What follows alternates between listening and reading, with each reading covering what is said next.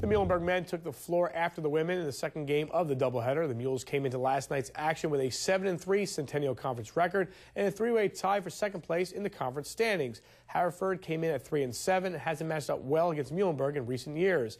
Last year, the Mules swept the Fords during the regular season and then again beat them in the playoffs. Kristen Mayer has the highlights. This matchup ends the Mules' four-game homestand, and they're looking to bounce back after dropping Monday's game to crosstown rival DeSales. Muhlenberg's Ryan Foster opens up the first half with 2 and will score the Mules' first 13 points, the last 9 from outside the circle, as he sinks tray after tray after tray. The Fords don't get on the board until almost 5 minutes into the action, but Matt Palmer is good for 3 to give Haverford some momentum. Obi Nazubu comes in off the bench and scores 8 of the Mules' next 9 points. Then the Fords go on a 9-2 run to narrow the gap. But Muhlenberg's Matt O'Hara is good from the top of the key, and Devin Tozer adds 3 more. The Mules lead by 10 at the half. It's 32-22. In the second half, Haverford continues to battle back. Bo Friedel is on from outside the arc, and so is teammate Ian Goldberg from the top of the arc. The Fords bring the score within 5 midway through the half, before the Mules go back up by 9 thanks to consecutive buckets by Brian Frankowski.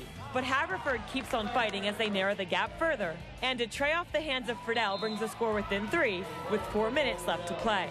But Muhlenberg steps it up defensively as Nazubu denies Goldberg, and the Mules score the final 7 points as they hold on to defeat Haverford 66-55. I was very proud our guys were ready to play tonight. Had a great practice yesterday. Haverford traditionally plays a lot of 1-3-1 zone, which makes them unique in our league, and they're very good at it. And I thought we were very much prepared to play against it, did well against it, forced them to change their defense, and I thought we lost our focus a little bit. And as you know, athletes have to learn when you flip that switch, it's really hard to flip it back on, and that's where we struggle a little bit. What coach stresses all the time in practice is be mentally focused, and I think that we were really mentally focused at the beginning of the game, and we.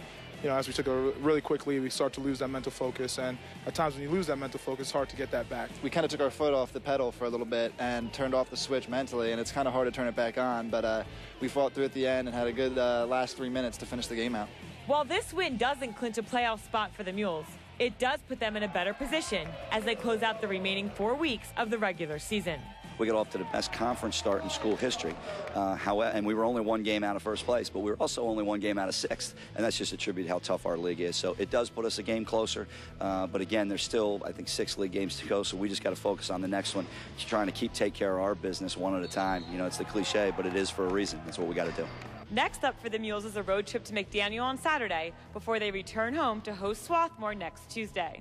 In Allentown, I'm Kristen Mayer for 2 Sports.